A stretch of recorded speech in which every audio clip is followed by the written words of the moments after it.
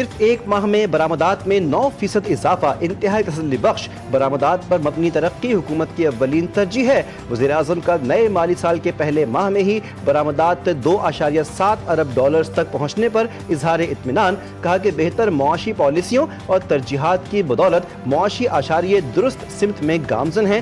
حکومت ملک میں کاروبار دوست ماحول کی فراہمی کے لیے کوشاں ہے۔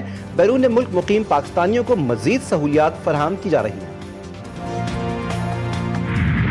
کراچی کے علاقے لانڈھی میں کپڑوں کی فیکٹری میں ہولناک آتش زدگی کا واقعہ، پوری عمارت کو آگ نے اپنی لپیٹ میں لے لیا۔ 1 ایکڑ پر بنی عمارت ملبے کا ڈھیر، آگ تہخانے سے اٹھی جو 5 منزلہ عمارت کی چھت تک جا پہنچی۔ عمارت میں پھنسے ملازمین کو نکالا گیا۔ کئی ملازمین نے عمارت کے ساتھ متصل لوہے کے جنگلے سے لٹک کر اپنی جانیں بچائیں۔ دیواریں گرنے سے 7 افراد زخمی، آگ کے شعلوں نے دوسری فیکٹری کو بھی اپنی لپیٹ میں لیا۔ 7 گھنٹے کی جدوجہد کے بعد آگ پر قابو پا لیا گیا۔ اس وقت ہمارے پاس 50 سے زیادہ فائر فائٹرز ہیں جو کام کر رہے ہیں۔ کچھ کہہ نہیں سکتے کہ کب تک ہم آگ کو بجھائیں گے، لیکن یہ ہے کہ ہماری ٹیمز اس وقت مصروف ہے آگ کو بجھانے میں۔ ایک تو یہاں پہ ونڈ ڈائریکشن کا بھی ہم دیکھ رہے ہوتے ہیں کہ یہاں پہ بہت زیادہ ہوا کا رخ ہے، اور جو آگ لگی ہے وہ بیسمنٹ میں لگی ہے، تو اس وقت ہم کچھ کہہ نہیں سکتے کہ کتنا ٹائم لگے گا۔ متاثرہ فیکٹری کے اطراف موجود عمارتیں بھی آگ سے متاثر ہوئیں۔ ریسکیو حکام کے مطابق آگ بجھانے میں فائر بریگیڈ کی 20 سے زائد گاڑیوں نے حصہ لیا۔ Chairman export processing zone AD خواجہ بھی موقع پر پہنچے، کہا کہ ایسے واقعات کی روک تھام کے لیے فیکٹری مالکان کے ساتھ مل کر پالیسی بنانا ہوگی۔ وزیر اعلیٰ سندھ کا نوٹس، کمشنر کراچی کو آتش زدگی واقعے کی مکمل انکوائری کا حکم۔ وزیر اعلیٰ نے کہا قیمتی انسانی جانوں کے تحفظ کو اولین ترجیح دی جائے۔ جرگے کے سربراہ نے قتل کا حکم دیا، خود ہی قتل کیا اور نماز جنازہ بھی خود ہی پڑھائی۔ راولپنڈی میں سدرا قتل کیس کی تحقیقات میں سنسنی خیز انکشافات۔ جرگے کے سربراہ ملزم عصمت اللہ نے سدرا کے قتل کا اعتراف کر لیا۔ ملزم عصمت اللہ نے بیان میں کہا کہ برادری کے فیصلے کے مطابق سدرا کا قتل کیا گیا۔ ملزم کے خلاف ناجائز اسلحہ رکھنے کا ایک اور مقدمہ بھی درج۔ مرکزی ملزم عصمت اللہ خان عدالت پیشی پر ٹک ٹاک بناتا رہا، ملزم آزادی سے ویڈیوز بناتا رہا، کوئی پولیس اہلکار موجود نہیں۔ نیشنل ایکشن پلان پر ہونے والی کارروائی کسی کا باپ نہیں روک سکتا۔ بار بار کہتے ہیں کہ بڑا پاپولر لیڈر ہے، شیطان بھی بڑا پاپولر ہے۔ 9 مئی کس نے کیا سب کو پتا ہے۔ وزیر مملکت برائے داخلہ طلال چودھری کی قومی اسمبلی میں گھن گرج، کہا کہ سابق اسپیکر نے کہا کوئی آپریشن نہیں ہونے دیں گے، کوئی نیا آپریشن نہیں ہو رہا ہے، جو وزیر اعلیٰ بھتہ نے وہ کیا لڑیں گے۔ ہمارے ارکان کو کروڑوں کی پیشکش ہوئی مگر ہم نے انکار کیا، سب کچھ قربان کیا لیکن کمپرومائز نہیں کیا۔ جن کے بچے، گھر، کاروبار سب متاثر ہوئے وہ آج بھی پارٹی کے ساتھ کھڑے ہیں۔ چیئرمین PTI بیرسٹر گوہر کہتے ہیں کیسز ختم کروانے اور مراد لینے والوں سے ہمارا راستہ الگ ہے۔ ہم نے جس بھی ضمنی انتخاب میں حصہ لیا سب کا نتیجہ چوری ہوا۔ ضمنی انتخابات میں حصہ لیں یا نہ لینے سے متعلق بانی PTI سے ملاقات کروں گا۔ بیرسٹر گوہر کی شیر افضل مروت سے ملاقات، ایک دوسرے سے مصافحہ بھی کیا۔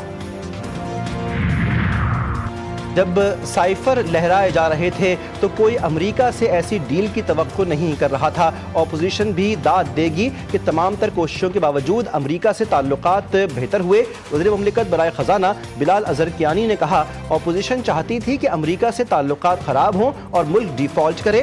امریکہ سے تعلقات وزیر اعظم کی کوششوں کے سبب بہتر ہوئے۔